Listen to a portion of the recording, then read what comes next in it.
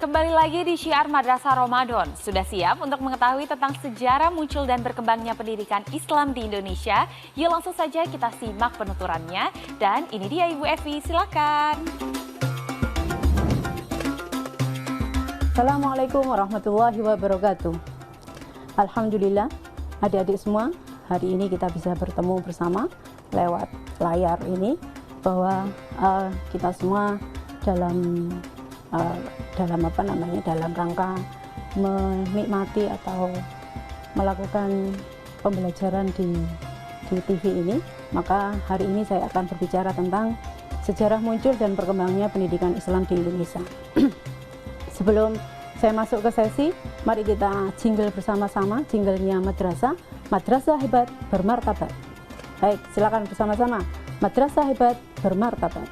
Jadi sesi ini saya akan bagi dua, yaitu sesi pertama terkait dengan sejarah pendidikan Islam di Indonesia sebelum masa era 19, dan nanti sesi yang kedua adalah sesi sejarah pendidikan Islam di Indonesia setelah pasca atau era 19. Sebelum saya menjelaskan tentang sejarah ini, saya akan membacakan surah dulu tentang pendidikan. Jadi, a'udzubillahi minasyaitonirrajim. Bismillahirrahmanirrahim. Walaqad atayna Luqmanal hikmata an yashkura lillah wa may yashkuru fa innama yashkuru li nafsihi wa man kafara fa innallaha ghaniyyun hamid. Shadaqallahul azim. Ayat ini sangat bermakna sekali dalam proses pendidikan, di mana ayat ini selanjutnya dijelaskan di surat-surat berikutnya, yaitu surat Luqman ayat 13 tentang jangan menyekutukan Allah. Surat berikutnya adalah di ayat 14 tentang berbakti kepada orang tua, kemudian berbuat baik kepada orang tua, setiap perbuatan akan mendapatkan balasan, mendirikan sholat, amar ma'ruf, nahi mungkar, dan sabar, dan selanjutnya adalah jangan sombong. Ini adalah ayat yang sangat menginspirasi untuk pendidikan dan tentunya untuk sejarah pendidikan kita. Baik adik-adik semua, mari kita mulai dengan masa kerajaan Islam. Jadi proses pendidikan saat masa kerajaan Islam. Jadi dimulai dari masa kepemimpinan di kerajaan Samudra Pasai.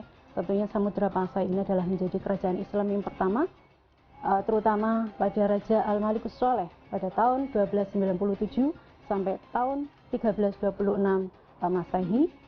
Beliau menjadi peletak dasar dari pendidikan yang pola-pola pendidikan yang kemudian ditiru pada abad berikutnya, yaitu yang pertama materi pendidikan dan pengajaran agama bidang syariah ialah fikih mazhab Syafi'i.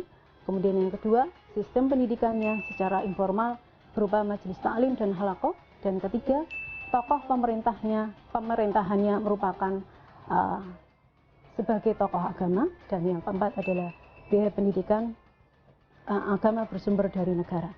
Kemudian inspirasi tersebut kemudian dilakukan oleh Kerajaan Demak, Kerajaan Islam Maluku, dan Kerajaan Islam di beberapa daerah yang lain. Kemudian masa penjajahan Belanda, adik-adik. Ini perlu kita renungkan bersama bahwa Presiden Soekarno kita pernah menitipkan pesan, jangan sekali-kali meninggalkan atau melupakan sejarah. Maka sejarah pendidikan yang kelam itu adalah menurut saya pada masa Belanda, karena masa-masa inilah terjadi sebuah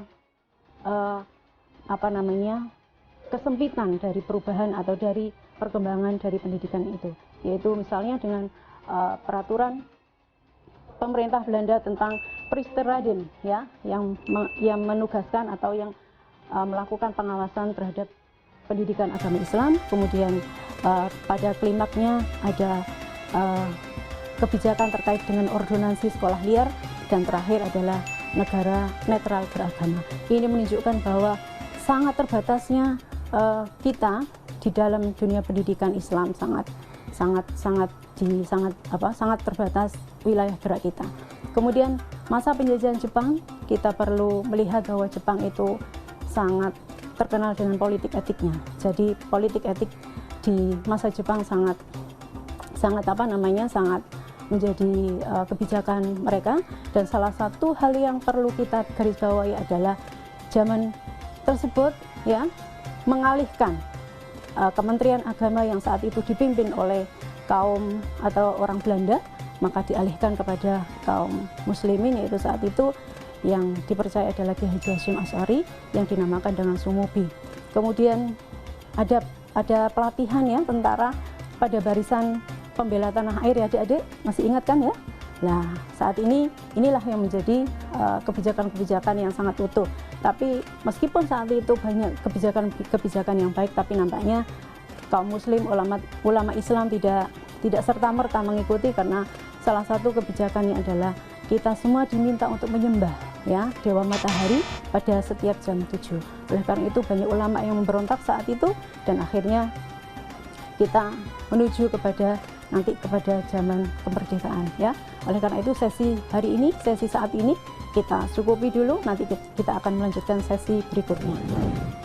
Wah, ternyata di masa penjajahan Belanda, pemerintah Belanda mengeluarkan peraturan yang disebut netral agama untuk menjaga dan menghalangi masuknya pelajaran agama di sekolah umum yang kebanyakan muridnya beragama Islam. Kita akan lanjutkan kembali pembahasannya setelah ini ya, tetap di Syiar Madrasah Ramadan. Terima kasih telah mengunjungi media Inovasi Abad 21. Jangan lupa like, subscribe, dan notifikasi lonceng.